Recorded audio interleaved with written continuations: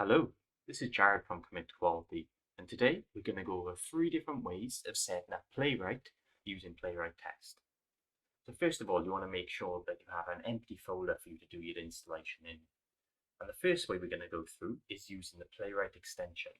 Now, if you don't know anything about the Playwright extension, I'll put a link to the video now where you can see and have a look through my overview. So we want to make sure you have the extension installed by going to Extensions, search for Playwright, and you can click on it here, and you want to make sure you have Playwright Test and VS Code, and you have an install button here. I already have it installed, so you won't see that. You also want to make sure that the author is Microsoft. Once that's installed, if you click Ctrl, Shift, and P, that will open up the command palette.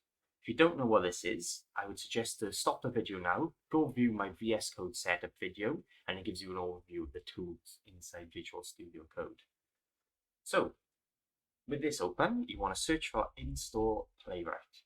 Click on this, and you'll see a little pop-up for installing any browsers. You can select what you want, so I'll keep all of these 3 selected.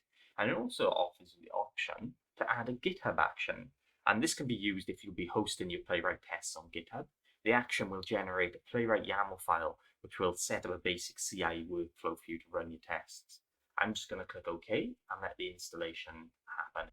Okay, so that's finished installing, and we can see it's a success. It tells you how you can run your end-to-end tests. It also gives you examples of using different projects, which I'll cover in a later video. And as you can see, it's set up a scaffold in here where it's give you example tests, and it's provide you with a Playwright config setup. And once again, this will all be covered in future videos.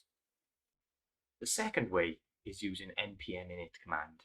Just like the first way, this will create a base config, an example test, the package JSON file for you. It'll just scaffold a base test pack essentially.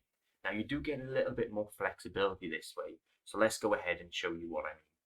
So inside terminal, if you don't have a terminal open, go to the top terminal and click new terminal. Inside here, we want to type the command npm init playwright at latest. Now what's going to happen, it's going to ask us some questions. So when they pop up, it'll ask me, what language do I want to use? I'm going to select TypeScript.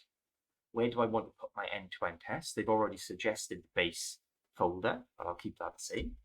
Ask us about GitHub Actions, and I'll select false on that. And now it's going to initialize everything like it did using the extension.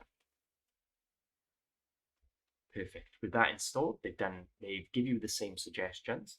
And as you can see, the setup, the scaffolding is exactly the same, where you have your tests inside here, and you have your config and your package JSON and your git ignore file with the node modules obviously now installed. The final way is to do everything manually.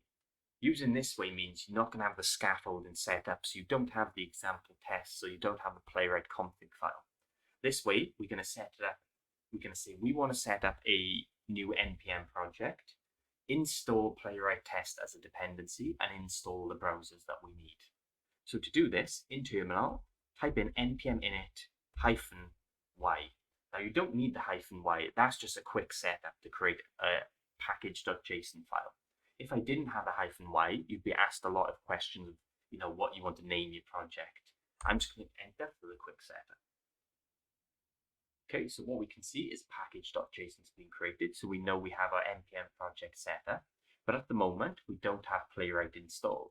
To install Playwright, we want to say npm I for install -D, and this just means install it as a dev dependency, and we're going to say Playwright Test. We'll click enter on that, and that should just install it for us. Okay, so with that installed, we can now see the Playwright Test has been installed. And the last and final step is, if the first time you're going to be setting up Playwright, you want to do npx playwright install, which is installing the browsers. I already have these installed, so it'll be quick, but you might see some loading bars saying installing Chromium, Firefox, and WebKit. So as I said, there's no extra config, there's no example test. This is a way you can set it up from scratch without having any scaffolding. Now stay tuned for future videos, because I'm going to be taking you through, the anatomy of a test and how to use Playwright tools and how we can create reliable and resilient tests. As always, a like and subscribe is appreciated, and I'll see you next time.